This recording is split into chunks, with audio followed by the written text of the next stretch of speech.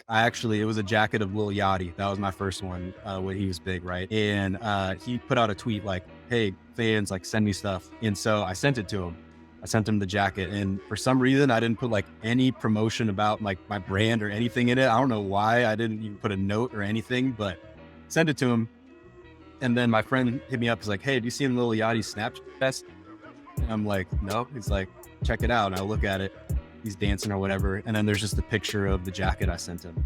And so like for me, I was like, man, I one should put my like hashtag or something, my username on there too. But two, like, man, like someone like that is seeing value in my work and wants to share it. Like, I think I'm onto something. Welcome to Pinnacle Code, where we spotlight excellence in the culture. I'm your host, Ben Arthur, excited to be joined by a homie of mine from my college days back at the University of Portland, Nate DeVaughn. He is the founder of DeVoCustoms, where he designs custom painted jean jackets and does other garments by request. This is a really talented individual, multimedia artist. A lot of his jackets have been worn by NFL players, NBA players, a lot of their partners. And I think he's just such an inspiration in that he is someone who's turned his creative and artistic pursuit into a business. And so I know he's going to have a lot of wisdom to share on this episode. But Nate, it's so good to see you, man. It's been several years. How you been? I've been good, man. I've been good. Yeah. A blast from the past. Yeah. I just remember hooping together back in college, man. I feel like those are the last memories I have with you. I think we did. I want to say it was maybe 2018 or 2019. We were both helping out our Matt Davis with some kind Exactly. of photo shoot Yep. type Yep. thing. And I don't know if you remember, but actually we worked on the Beacon together, the student run Yep. news Oh yeah. outlet for those of you listening. I was a sports reporter and he was the cartoonist on staff, kind of the artist on staff. So it's but again, Nate, good to see you, man. Thanks again for doing this on this what is it, Thursday evening at the around the start of the new year. So let's kind of hop in, right? So I know you're from Minneapolis. Obviously, being a black, biracial, mixed man, I'm really curious. Like, what do people maybe need to know about your upbringing in Minnesota to understand who you are today? It's it's crazy. Like I love being from Minnesota, and I think pretty diverse, especially in Minneapolis in the metro area. And so, I grew up in Minneapolis and definitely was like exposed to diversity. And so I think that was awesome. I lived in Minnesota for 19 years. I was born in Rhode Island, moved Oh, to Wisconsin actually from 4 to 8, and then Minnesota for like the longest stretch of time until college. So that's kind of where I feel like I grew up the most. Um, and yeah, it's a great place. It was a great place to grow up. I think like the stigma about it, like now that I'm in Portland now, and I tell people I'm from there, is that like it's just a bunch of white people and like I which I like understand, like, especially if you've been to the airport or something. But what people don't realize is Minneapolis is actually like very diverse. So there's a lot of different diverse backgrounds. There are a bunch of the Hmong community there. There's a bunch of the Somalian community there. I think there's just good outreach programs for whatever reason in Minneapolis. Um, and then black people as well. And so, I definitely was exposed to a bunch of different cultures. And I love growing up there, and it's a city that's super easy to get around, super like bikeable, mm, except in the winter. Not at yeah, all then, but yeah, it's a good place. And like, I feel like, it just in general, even like outside of race, it kind of like helped me be a little more. It's like a blue collar state, it feels like, because like it's so cold in the winter. You have to get out, you have to like scrape your windshield off in the morning to get to school. And I think it just kind of added like some more character to me. mm, But I think like the upbringing that I had was really shaped like by my parents. And give a ton of credit to them. And, they put me in a situation that was, at the time probably hard to navigate. But now I'm super thankful for, where my dad, Black, from DC, whole family Black. And then my mom, small town, Indiana, whole family white, like literally just polar opposites. And so I think God just kind of was born into it. And, I go to Christmas at my dad's side of the family. What I'm saying, the food was different, people talk different, but it was still good energy. And then I'd go to my mom's side of the family, food was different, people talk different, but it was still, good energy. And I think like navigating those situations, I felt I could, be comfortable in both of those scenarios. And so that's a skill, or that skill trait, whatever might have you, that I think is super relevant for me today. And just being able to kind of, be in different rooms and understand different points of view. And so I think that was like a big influence on me. And, yeah, being in Minnesota, I saw that as well. Obviously, like I spoke to, it's a diverse, community in Minneapolis. So yeah, that answers your question. Yeah, no, that's great, and I think it's really interesting what you're saying and how, like, it's kind of become, uh, a huge plus for you in your life because you were kinda born in between 2 different cultures, and even though my experience is different just because I am Black, like, my parents are, from Ghana, in West Africa, but I was born in a situation where, like, I went to a school that was basically kind of predominantly white and Asian, but then I was going home, to basically an African household, but then also being Black and not maybe necessarily having a different experience than other Black people, but then also just kind of my African side, and then also being a Black American, but also growing up in a suburb where I was around people of other races. I think that's kind of been, um, kind of, I don't want to say maybe a superpower, but I feel very comfortable in different areas or, being around different people because of that. And Right. so I really feel what you're saying there, Nate. And so, but kind of going back to kind of the diversity piece for you in terms of, growing up in Minneapolis, which as you said, is kinda diverse.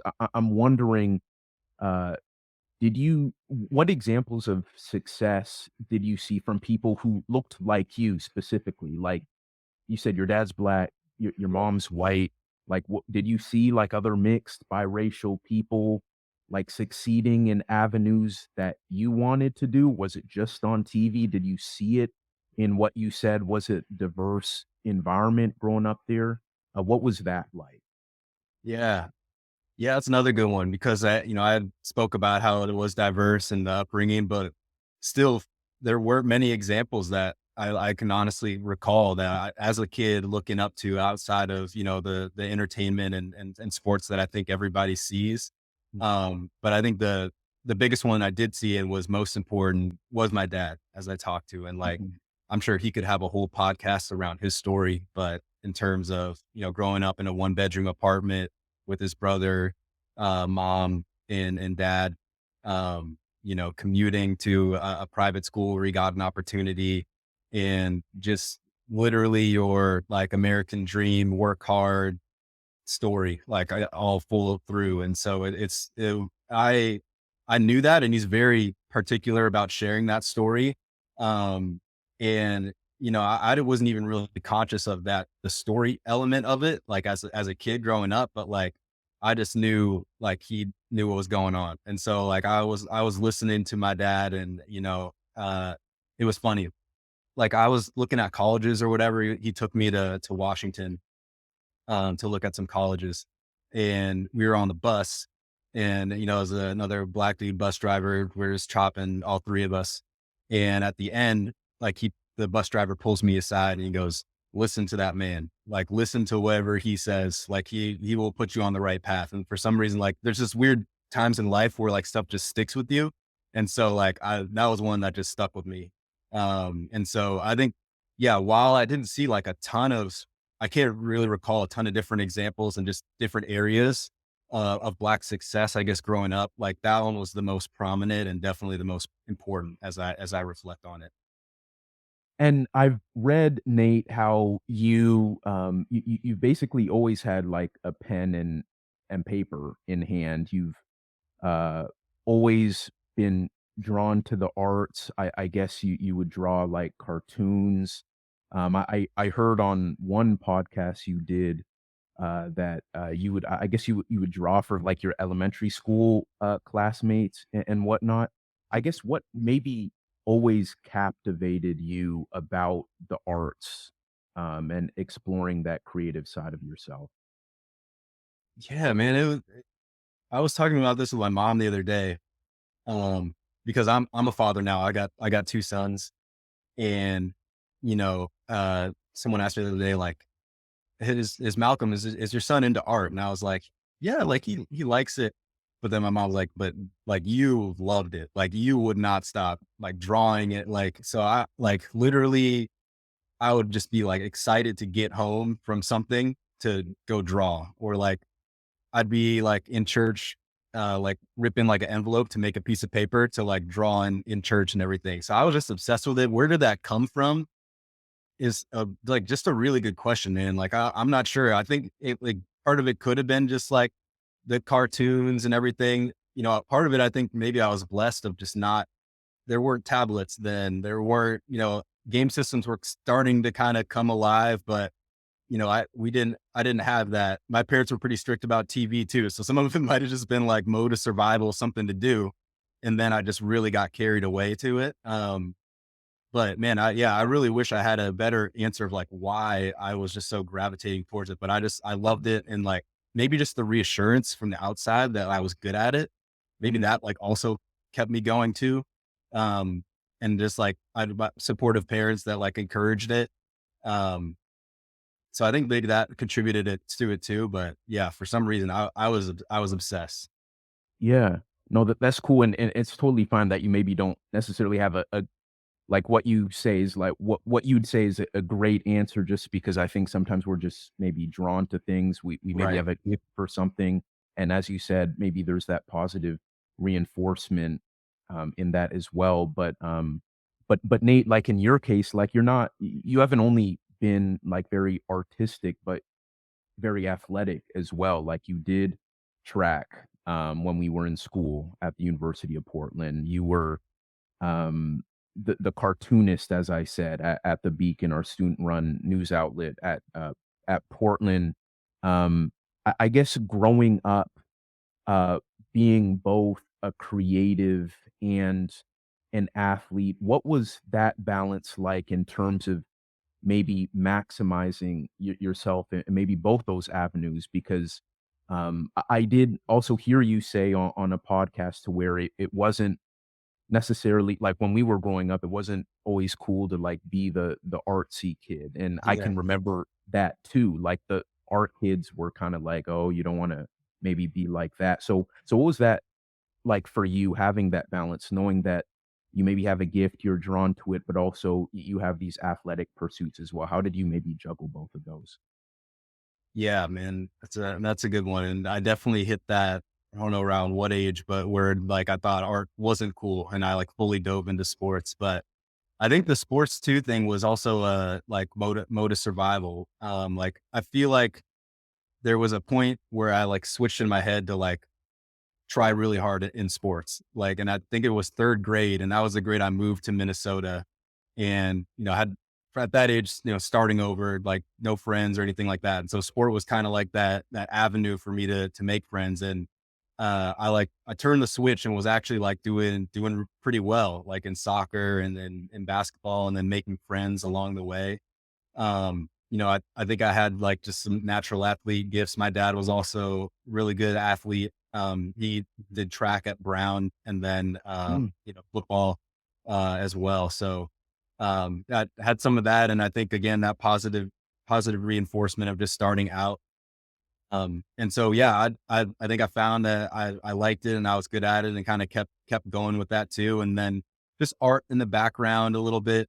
And then yeah, like around like probably eighth grade to early high school, kind of like put the art to the side a little bit, like that's, or just downplayed it maybe. But then like towards the end of the art school or end of high school, like being more comfortable with who I was, like ramped it back up. And so, yeah, there was always, I was always doing both. I mean, I definitely probably over indexed in sports and high school and everything like that, on different travel teams and whatnot. But I would also always try to take art classes like in school. And, I did advanced art in high school. And so I think it was just like, you know, keeping both going the best I could. I don't know if there was really like a way I had like a real methodology to it, but Yeah. just keeping them both going the best I could. And speaking of keeping both going, it feels like through DeVoCustoms, you are, I mean, simultaneously being able to keep both going because it's obviously a very artistic pursuit. But as I said in the beginning, you are able to create work for like these athletes or their partners, and you see your work on the sidelines, or at CJ McCollum, or Eric Kendricks, or whoever it is. Um, just seeing those two finally be able to blend, whereas as you said, like it was, maybe there was no methodology to it, but now it's at a point where both are kind of blending. I mean, how fulfilled does that maybe make you feel, knowing that maybe these two things that you've constantly juggled throughout your life have kind of come together into Devo Customs? Yeah, man, it's crazy full circle. I mean, like, I think the way I do it, like, again, like we were trying to unpack like why I was passionate about these two things, art and sport, and I just was. But like, I think it just came as a culmination of me chasing my passions. Like, cause Mm. I mean, Devo Customs from the jump wasn't what it is now, what it wasn't what it was even, 2 or 3 years ago. But like the fuel that kind of kept going was just my passion for the arts. And then just kind of like understanding what was like in the sports scope of things, and like always keeping my eye on sports, and just like reaching out to people like that just kind of naturally came. And then like once you do one for somebody, in like Eric, yeah, I think that was my first kind of break in was Kendricks. So Ali Kendricks now. Um, she was one of my friends from high school saw on her story that she was looking for some artwork, some custom artwork to wear to a game. And she sent me that story. And then I replied like, I would love to. And then I think that was the first big one, because then even I hadn't even finished the jacket yet. I was just sketching, and she was already telling her friends about, hey, I'm getting this, like, here's what the sketch looks like. And so that was kind of how it just kind of dispersed from there. And I think like, yeah, just, I don't know. I think it came all full circle just from chasing the passion, I feel like. So How did Devo Customs get started exactly? Like, what was, I don't know if you always maybe had an inkling to do something of this sort, like of what you're doing now, but what was maybe kind of the birth, you would say, of what it is now, what it's become? no doubt. Yeah. Yeah, so this one, came from me just kind of going the traditional route. So I got an internship at Adidas after college, after my time there. And, internship, you're still wide eyed, don't know exactly what you want to do in the real world yet. And I came across these people who were graphic designers. And I was like, well, this is dope. They get to draw all day and work for one of the best sports brands in the world. So I'm like, this is literally my two passions intersecting like at once. I want to try to get after this. So from then on, like I made it my mission to try to get a job as a graphic designer, or at least an internship or a shot. And, kept trying, networking, kept getting turned down. And, Mhm. I was always getting turned down due to my lack of like technical skills. So I'm not good in Photoshop. I'm not good in Illustrator. Like don't ask me anything about those, but I'm very good at just kind of like the analog painting.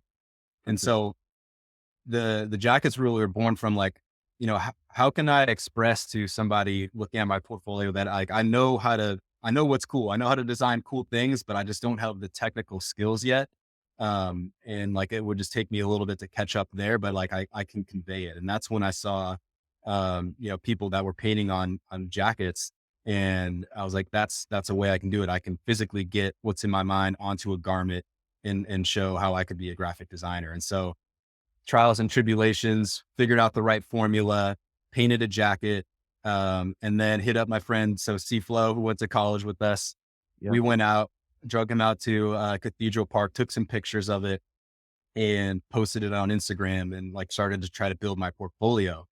Well, the photo did well on Instagram, and instead of, you know, people using it for my portfolio, people were reaching out like, "Hey, can I buy one?" And that's when the whole thing kind of switched. I was like, maybe this is more about like me and building something off of this than just kind of building a portfolio to land another job. And so I just kept running with it, and it started close as just family and friends in the beginning. And then, kind of started to build and bubble up. People tell other people, and, social media, like a huge piece of it. Like Instagram was big when I was starting. And I think especially like the Instagram influencer rage was like right during when I was starting. Like it's funny. Like there used to be a time in Instagram where people would just follow people, that were like famous. Like you'd just see, oh wait, that's like Kevin Garnett. I'm going to follow him. Like people are a little more stingy with their followers now, but back then they weren't. And so like I recognized that kind of little, I don't know, arbitrage and tried to get with influencers that kind of help grow. And then, obviously did some, once you get, one influencer or an athlete or a CJ McCollum, it can spread to more people. I think the other like kind of big boom, and I'm going long winded on this, but, it was TikTok and the launch of that. And so, yeah, like 2020, obviously COVID, a lot of people indoors, a lot of people looking at screens, and there was just not a ton of people as there is right now, like on the app at that time. So there was like more demand than supply. Like there just weren't a lot of people creating content. So like I was kind of, again, going back to like those social media, like arbitrages, like I found another place where there was like one of my entrepreneurs that I follow says underpriced attention, where there was just more attention there than other platforms. And so jumped on that. And so I think like a combination of, chasing my passion, recognizing like social media, trends and kind of like what's going on in culture. And then just like building good connections, meaningful connections and doing good work. I think with that, it's just kind of helped the momentum continue to grow and grow. So yeah, that's my little story. Yeah, no, and so I wanna go back to something you kinda said at the beginning of that, like, was, like, when you had kinda first put, like, the jacket, like, on Instagram, and it was doing really well, and someone asked if they wanted to buy it, and that was kinda like the aha moment, like, Yep. "Okay, maybe this there could be a business out of this." So, um, I'm wondering, and I think this could be really valuable for like other creatives who um maybe kind of want to go along your path, but like when do you know uh like when like something like a creative pursuit or artistic thing that you have going on can be monetized Mm. versus like when maybe you still need to develop and cultivate your skills? Does it have to maybe be that external validation in the case that you had of, okay, like there's value in that, or can it also be um, a situation where someone just, they're really good at painting and they just want to go for it and see like does that make sense? Like when Yeah, does a totally. creative when should a creative know like what's kind of the best path forward Yeah. for them? Yeah. It's such a great one. Like, and I think I was lucky. I fell into it a little bit, although it's not like when people were asking for it and like right away I was making real money. Like I'm picking, like I was charging like $50 at the time for stuff, and it was all friends. Um, but yeah, I mean, I like to tell people just starting up, like, don't expect to make money. I'd say start with passion. Like, make sure you're passionate about it, and you'd be doing it even if you weren't making like a cent. Like, it's just something you'd be doing. You love it that much, and don't put pressure on yourself to make money in the first 5 years. Like, it's great if you do, and that does happen, but like focus on being passionate about it, like building your brand. Um, and then when it comes to like kind of like that conversion point, like I think when people are starting to ask for it, and I think that it'll be pretty loud, like I think that's when you can start. And like there's no wrong answer. I think like you can start whenever, but I think you won't see those returns until you've kind of built out a portfolio. Like I mean, like a real tangible example is like I was talking to this guy wants to start custom shoes, and he's like, "Just man, how do I start?" And I would be like, you need to like a portfolio of what you can do first. Like you haven't posted, no one knows you even do shoes, no one knows like what you're doing. So, I would hit up 10 to 15 family members and say, "Hey, you guys got shoes? Like I'll pay them." And then at least you have like a Rolodex of people you've done them for. People think that they might be even real clients, the outside looking in, right? And so you've got to, and then those people, obviously, who you've done them for, your family members, they're telling people too. And so, yeah, I think it's like, try to build that portfolio first. And then like wait till people are asking and just take the pressure off it. Like just focus on the passion. But look for those validation points. Like I think a huge validation point for me was, the posting on it, people wanting to buy it. But then two, like it was a jacket of Lil Yachty. That was my first one when he was big, right? And he put out a tweet like, "Hey fans, like send me stuff." And so I sent it to him. I sent him the jacket. And for some reason, I didn't put like any promotion about like my brand or anything in it. I don't know why I didn't even put a note or anything, but sent it to him. And then my friend hit me up. He's like, "Hey, do you see Lil Yachty's Snapchat?" And I'm like, "No." He's like, "Check it out." And I look at it. He's dancing or whatever. And then there's just a picture of the jacket I sent him. And so like for me, I was like, man, I should have put my like hashtag or something. My username on there too. But two, like, man, like someone like that is seeing value in my work and wants to share it. Like, think I'm onto something. And so like, yeah. And again, that wasn't like directly monetary and that was still super early on, but like, it was just a validation point, like continue to chase it, keep going. And so keep your eyes out for that as well. That's what I would say. So Nate, kind of going off of that, right? Like that Lil Yachty experience, and I know you were able to get connected with CJ McCollum through what was it, the founder of Portland Gear. Yeah. And like that relationship had started with Portland Gear, and you did like a jacket for him. Mhm. And then like a year later or whatever, CJ reached out, I guess through him, right? And saying like hey Nate, like he wants um, a jacket, and that kind of started the relationship that way.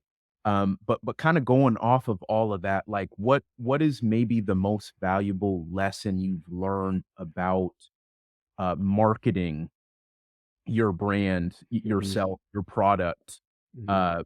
just through your experiences, like whether it's an influencer Mhm. picking up your work or an NFL, NBA player, rapper in Lil Yachty's case, like what's maybe the most valuable piece of wisdom about marketing that you picked up in your, years long pursuit with DeVoCustoms that you think could be of use to uh, a young creative maybe wanting to go along the same path as you?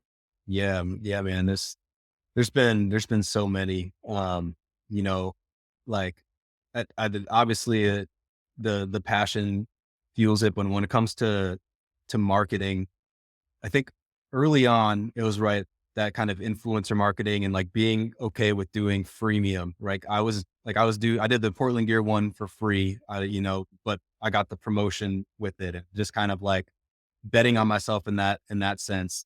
But like knowing that the influencer boom was kind of happening. Um, and then like, I think the cool part about that story, it wasn't like I did the Portland Gear jacket and then, he's connected with CJ and he just connected me right away. There had been about a year and a half in between that. In that year and a half, like I was staying consistent. Like I was still creating cool stuff, like elevating my stuff. And so like, I think that's something recently that I've like taken more pride on, is just like continuing to show up and be consistent. Like even if I'm posting something that doesn't go viral, which is like 99% of what I post anyways, like I'm there and I'm consistent. And like when people think about me and think about my brand, they know like I'm still like operating it because, I think we've all seen people start stuff up and it comes and goes. And I think that's great. I think people should start stuff and stop stuff and, all of that. But I think like you kind of build trust when you stay consistent with your work. So I think that's one recently that's kind of rose to the top in terms of like overarching wisdom. I think like getting real tactical, a little bit what I was talking about before when it comes to marketing is like understanding some of those social media trends.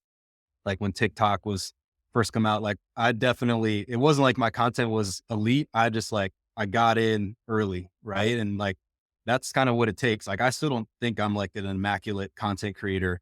But like, I'm looking for those areas. And like one of those areas right now if people listening, like value is Facebook Reels, believe it or not.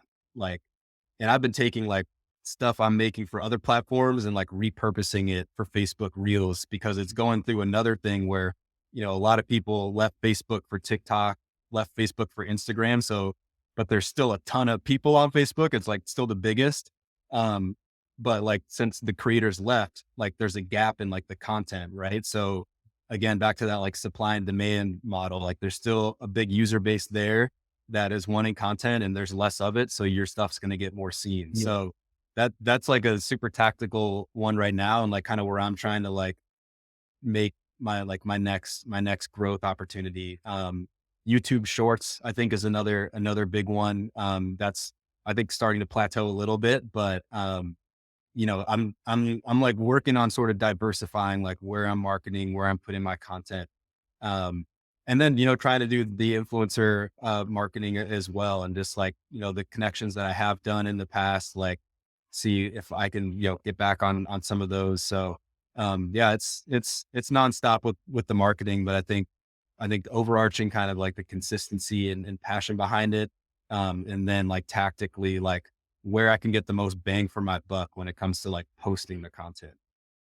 What's the most difficult part about being like, because like being consistent can be really hard, right? Mhm. Like doing it over a long period of time. And as you've indicated a number of times, like doing like a creative pursuit like this and creating a business out of it, you're really playing the long game. You said, uh, don't maybe expect to make money for 5 years. Like a lot of people that a lot of people can't do that, Right. but you have, right? This is what, your 7th year or Yeah. something Yeah. doing DeVoCustoms, and so, what has enabled you to maybe stay consistent? Because obviously there is the passion fueling it, but not every day you're gonna love. I Hmm. can imagine. I imagine Right. there are a lot of days where it's hard. So, what has been the key for you to staying consistent?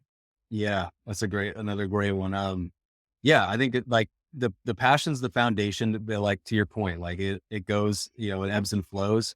Um, some stuff I'm trying to do more recently is like, creating art for me, like kind of stuff to keep it fun. And like, it's still content I can kind of market at the end of the day, but like I've been doing some like airbrush stuff that I think is really cool. And it's like unlocking a new kind of fun medium for me.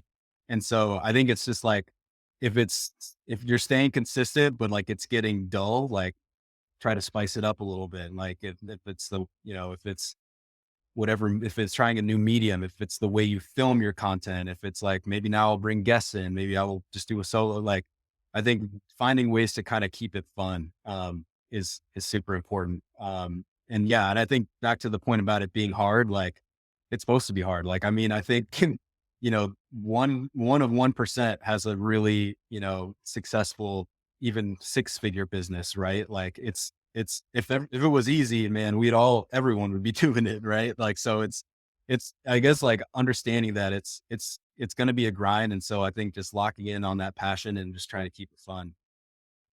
And Nate, you kind of talked about it a little bit, and in terms of like just your content approach and being on TikTok and taking advantage of Facebook Reels and all that. And so I'm just wondering, like just knowing like your main thing is like a physical product, right? Mhm. Like it's a custom painted jean jacket. And so knowing that we're in a world where there's like the rise of AI and in terms of like the digitization of our world, like it seems to like I'm trying to say like it's trying to like it's getting more and more digital, Oh yeah. like so to speak, like every year, like the rate of improvement of technology is improving exponentially. That's what I'm trying to say. Uh, Right. how has that evolved or transformed like how you've gone about your process from when you started 7 years ago to now? Like how have you Yeah. adapted to that? That's a great question. I think like a couple things. Like I still think like with the technology boom and everything, I think there's still going to be, it's not going to be binary. It's not going to be like, it's all technology now. Like all that other shit goes. Like, I think there's still always going to be, I mean, there's still people reading the newspaper, even though like that's all through digital and there's, you could watch it on video. Like, I think it's always going to be a game of and rather than or. So I think like, Mm, I think it's great to continue to keep my eye on the ball of what's happening in the technology space and be ready, but like know that, it's not, I don't think it's ever going to just completely go away. I think it's just going to be an and like maybe just an amplification. I think, um, and then where was I going with that? I think number two, yeah, in terms of how I'm thinking about it differently now, as opposed to when I started before, is I'm trying to brand myself more as, and I like how you introduced me at the beginning, but just a multimedia artist. Cause I think when you can kind of brand yourself as like an artist, you can take that art and put it in different spaces that are relevant. A like super famous artist like Cause. I don't know if you're familiar. He did like the Kanye West like artwork. okay.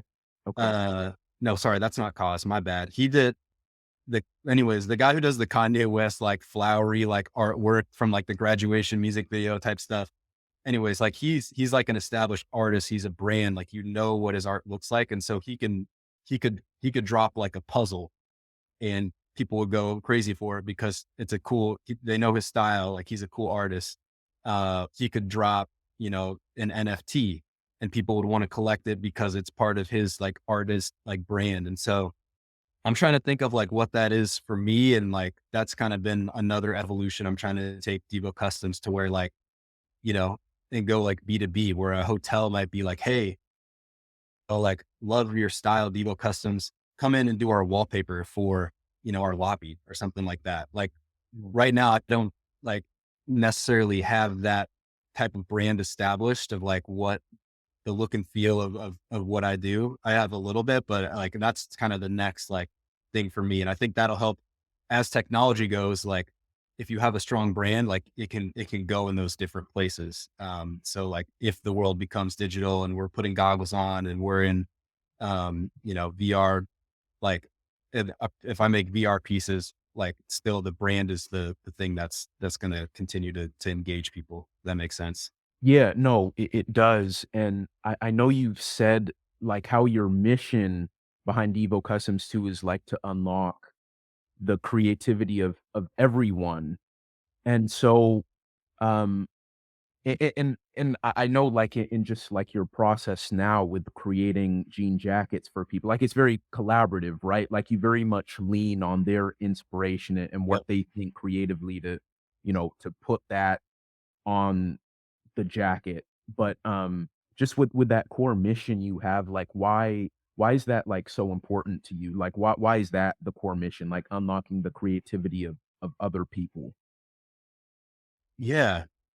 Well, it's a good one because, you know, I I think like when you're chasing something like bigger than yourself, like I think like you can kind of just like augment like how you behave on a day-to-day basis and how you run your business like around that. And so that was something that I thought that was important in terms of like of finding like what is the mantra, what is like the purpose of Devo Customs, just kind of introspectively.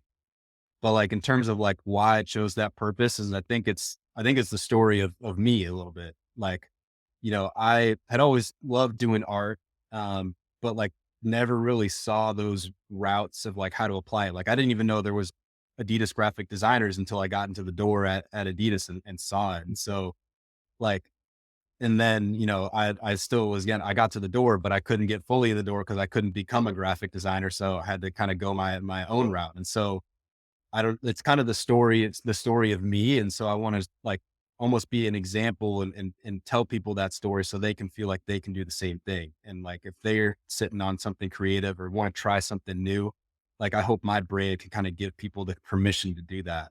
And Mm. so like, you'll see that reflected in my content. I do a lot of like how to's, sort of things. And, just always trying to inspire people to do it themselves and explore their own creativity. I've heard you say a couple of times, I think one at a keynote at UP several years ago, and then also on a podcast I heard you did, was like, at least at that time, like the end game was like a creative agency. And I don't know if you like imagine that as part of DeVoCustoms, but like, is that still like a goal for you? Because I do feel like that is kind of tied to that mission, right? Of unlocking the creativity of everyone. Is that kind of the vision with, kind of regardless of where the world is going, but just with your brand being able to funnel it into like, an agency where you have a space where people can really explore their creativity. Is that still sort of the end game for you? Yeah. I mean, first of all, dude, shout out to you, bro. You've been like so well researched. Not looking at any Hey, of the man, I'm a podcasts I did. reporter, bro. Man, I was like, man, that was like 2018, maybe 2019. I don't know. 2019, yeah. Yeah, that's what's up. Yeah, I'd say that end game has changed. Okay. I think me growing older and like I work in a corporate environment now, like managing people is definitely like is really hard. And something that like I don't know. At least at this stage, like I'm not sure if I would want to be like a CEO of an agency with kind of a bunch of different people. And like it sounds like I felt like I wouldn't even really get my creative juices off because I'd kind of be Mhm. like sort of orchestrating in that way. Um, but like I think kind of the feeling though, I'm still trying to scale that feeling of like how can I inspire the creativity in everybody? And like I think the vessel is kind of going back to like branding myself as an artist where like if you see my work, like you're inspired to do some of your own work. Or and then like even started to offer like lessons or do workshops around you know, uh creating a custom jacket. This year I'm actually I got a meeting tomorrow to partner with a local kind of like pop-up space to talk about like potentially doing a workshop where people can Oh, come in and customize their own jacket or just doing a showcase. So I'm stuff like that I think is gonna be cool. And I think that's another avenue to again, just kind of scale like the mission of the brand. So yeah, I've kind of gone less like scale it like into a multi like agency, um, and more just kind of like, how can I just like do it myself or be a Daniel Arsham, be a cause, but like when you see my art kind of scales the mission that way and inspires people. So okay. Yeah, I think it's really interesting how you're saying that, how you've kinda learned how you don't really maybe see yourself as kind of the managerial type at this point in your life. Um, and so, like, I guess along those lines, what is maybe the balance of, because you are an entrepreneur, right? Like you do have a day job at what, Nike, but mhm. you do have Devo Custom. So like what is that balance of like uh your like creative artistic juices with entrepreneurship, which can be very much, I mean, it doesn't necessarily have to be like managerial. I mean, that's Mhm. if you have people under you, but it could be very regimented and business like, and artistry can be very much free flowing. What is what is for you? What has been the dichotomy, like the balance of being those two things at the same time? Yeah, it's funny because I think they actually kind of work together. and they're not, I think they're not as different as people think. Like, I'm interested in business too, I think, which helps me because I was a marketing major at UP and a fine arts minor. So I've always thought it was interesting, but like, I think that entrepreneurs are artists. Like, I think there's an art to take the Stanley Cup craze, for example, right now. Like, brand's been around forever and just more commonly associated with, construction workers and kind of more like masculine colors.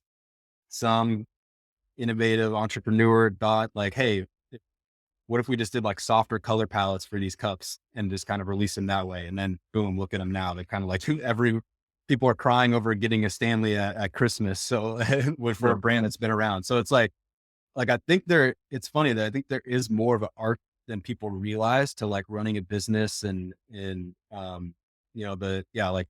the art of when I should go after this, like how to craft this message, like even like, how do I craft this message to tell this employee of like, let's do this. Like, and it's funny. I do think there is kind of an art to it. So to answer your question, I think like they're a little more intertwined than we think. And so it's come pretty naturally to me of like, I'm definitely going to get off my art and I'll even do maybe even art on the side.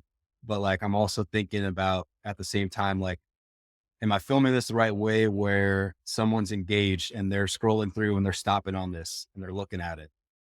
Or am I filming in a way that doesn't, you know what I mean? So like, yeah, I guess I'm blessed in that way to kind of have them both wheels turning at the same time. For sure. And I guess for you, Nate, I mean, you are like a family man, right? Like you have a wife, you have 2 kids, you have DeVoCustoms and you have your day job at Nike.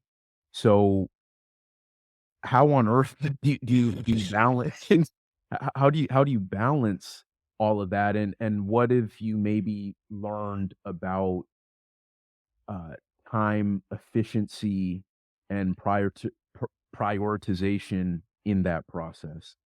Yeah, it's a good one, and like it's ever changing for sure. I think for me is just like understanding and I've been doing this for 7 years now, so I kind of understand like the ebbs and flows of my business and kind of when I'm historically most busy and when I'm not. And so, for instance, right now I'm not busy at all. Like I'm doing kind of exploratory things, like I'm reaching out to certain people, but however, fast forward or go back 5 months, like August, football season starting up, gift givings right around the corner.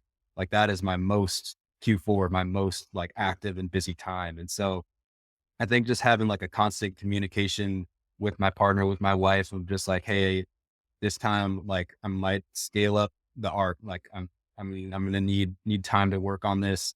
Like I'll come home, we'll have dinner, like I'll clean up the kitchen and stuff, but like probably at night, I'm going to be working on this and just kind of having that conversation up front. And then like at a time right now, like we both understand like, hey, I got a little more time. Like, we can do more of the family things. But like, I think it's also like understanding it's never going to be a-okay perfect. Like, Yeah.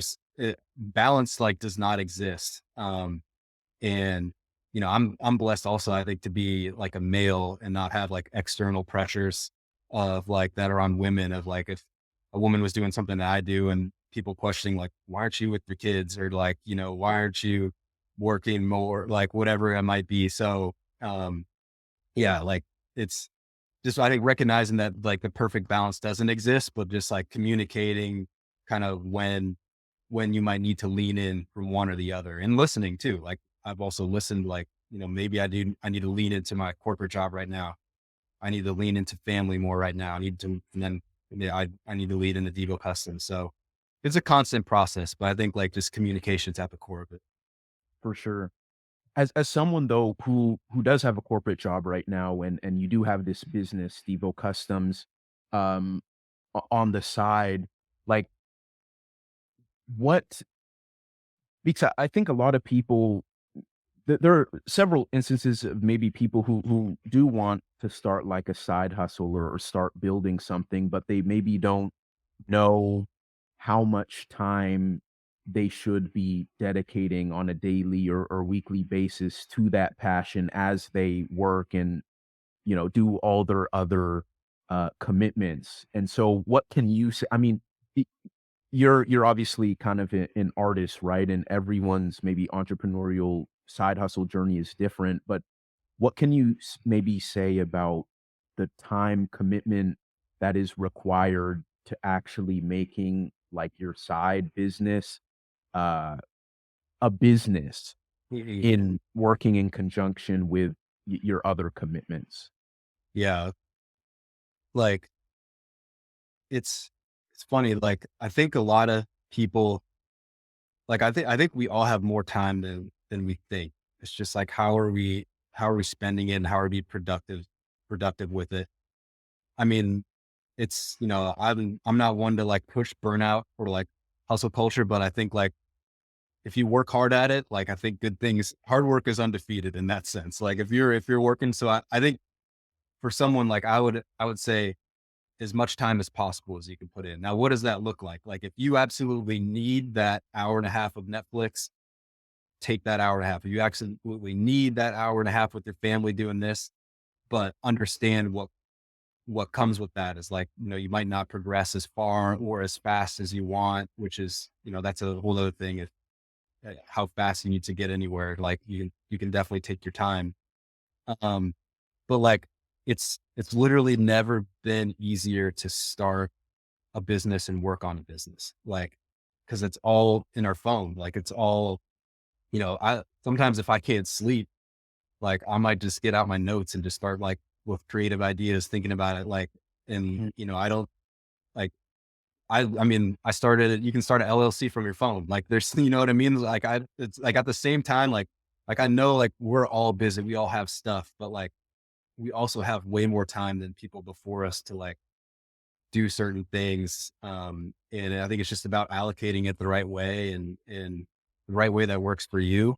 Um, so yeah, I think yeah, I think you're gonna get out of it what you put in, but I think just like understanding that and like really auditing your time. Like, did you need to do this? How passionate are you about it? And that's why like I just continue to lean into passion. Like it's stuff I'd be doing anyways, And so that's that kind of gives me the mental fortitude of like I'm okay that I haven't seen the next Netflix special. Like I don't even know what's new now anymore. Like because I've invested that into like, my stuff and my passion. For sure. And winding down here, Nate, but for maybe the young creatives that may be listening out there that have aspirations of kind of doing what you've done in terms of being able to build a business or monetizing that passion that they have, but they uh, there may be roadblocks or like barriers or kind of detractors or whatever, which I know that you've faced in your own unique ways, but got through them. What would you give? What advice would you give to those who are maybe in that world now to get to the other side, to do what you're doing, to actually go in full time? What words of wisdom would you give to those folks? Man, they keep running into barriers. Like I would like I know I'm a broken record, but just leaning into that passion. And I think, it's okay if you don't know what that passion is yet. Um, and I think like that's half the battle is finding out like what it is. And so I think there's a million ways to find that out. But I think one is I think there's like the ones that come to my mind and that work for me is like thinking back when you were a kid before you're worried about what's cool and what your friends are doing. Like when you were a kid, super young, 4, 5, 6, like what were you into like organically that like you think are like going back in time? What was that? And like I believe, excuse me, there's an element in that for everybody of like that might be your true passion. I think the other way is, and I think the one that works for me is, I think a lot of us know our passion, but we're just kind of too scared to do anything about it. And Ooh, so, that's a I know, right? That's the one that hit me. I was like, man, good. I heard that in a speech, and it just felt like they were talking exactly to me. And so that's where I've leaned into. And then I think the third one that's probably arguably the hardest is like, you got to try stuff. Like you might not even know what your passion is because you haven't tried it yet. Um, you know, like I think the worst thing someone could do is just figure out what the hot trend is right now. If it's like crypto, I'm not trying to like bash like, trends that are going on right now, but I would just like, if you're going to start something around it, I would make sure you have like a real passion for what that is. And you're not just kind of chasing it because you think it might be cool. It's not yours. Like, I don't know, like, even if it's like super nerdy or something like that, like, I think if you want to start something, like there's people making real businesses off like Lego videos that my kids watch, like, you know what I mean? So I think there's Right. leaning into that passion and finding out what that is. And like, yeah, the barriers are going to continue to come up. And, I think there's going to be like tough support. And I think like, being Black entrepreneurs, just navigating life as a Black male in general, there's going to be stuff. And that's why I think like, if you can find those one or two or three voices that can kind of continue to push you and just keep going and remind you of like why you're doing it in the first place, I think that's a huge thing. And like, I'm lucky enough to have it in my family and, but like now with the internet, I think there's unlimited ways to kind of access that. If it's your favorite podcaster, if it's someone like you, if it's, an influencer you follow. So I'd say lean into those voices if you're running into those barriers. Good stuff, man. Where can people follow you on social media to kind of keep a tab on your journey and also to support and maybe request a piece from you through DeVoCustoms? Appreciate that. Yeah, I am at DeVoCustoms on just about everything. Facebook, Instagram, TikTok, X, YouTube. So yeah, the DEVO, and then customs. And so, yeah, like hit me up, even if you just want to chat or, just want like advice or anything like that. DMs are wide open. So happy to chop it up. Awesome. Yeah, be sure everyone please be sure to tap in with my guy. All that information will be in the show notes. And so very last question for you, Nate. What does Black success mean to you? Yeah, that's a great one. I think, I was reflecting on this.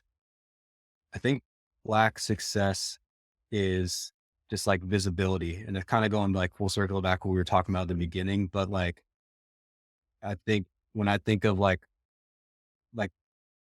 there was, working in a corporate company, you don't necessarily see Black faces at the very top. And something that was just super inspiring to me is there was a corporate meeting where two people were giving a huge presentation on the team. And they were both Black and like, on the stage talking to people like that's success to me. Like that, I was like, man, that is success. Like this is visibility. I can see it. If I can see it, I can do it. Um, and I think one quick story, I know we're trying to wrap up, but like, again, going back to my dad, um, when everything was going on with George Floyd and everything like that. And I'm like Mr. Fixer, try to solution, like, how should I, like, what should I say? How should I like, and I was asking my dad, like, what are you doing? He's like, I'm doing what I do. Like, I'm a college professor. That is my form of protest. Like, not a lot of people have seen a Black man at the front of the class like this. Like me existing and beating the odds in this is my form of protest. And I think like that again, going back to what sticks with you throughout, like that one was one that stuck with me. So that's what it is for me, man. Just being visible, and seeing people, and then, yeah, having visibility to other Black people just doing well for themselves. That's beautiful, man. Yeah, appreciate all you guys for tapping in with another episode of Pinnacle Code. Please be sure to like, share, subscribe. You can find the show on across social media platforms, mostly on Instagram, but I'm on X and TikTok and other platforms as well. Until next time, I'll see you guys soon. And thank you so much, Nate DeVaughn, for coming on, bro. It's good to see you. Appreciate it, man. Thank you. All right. Peace out, guys.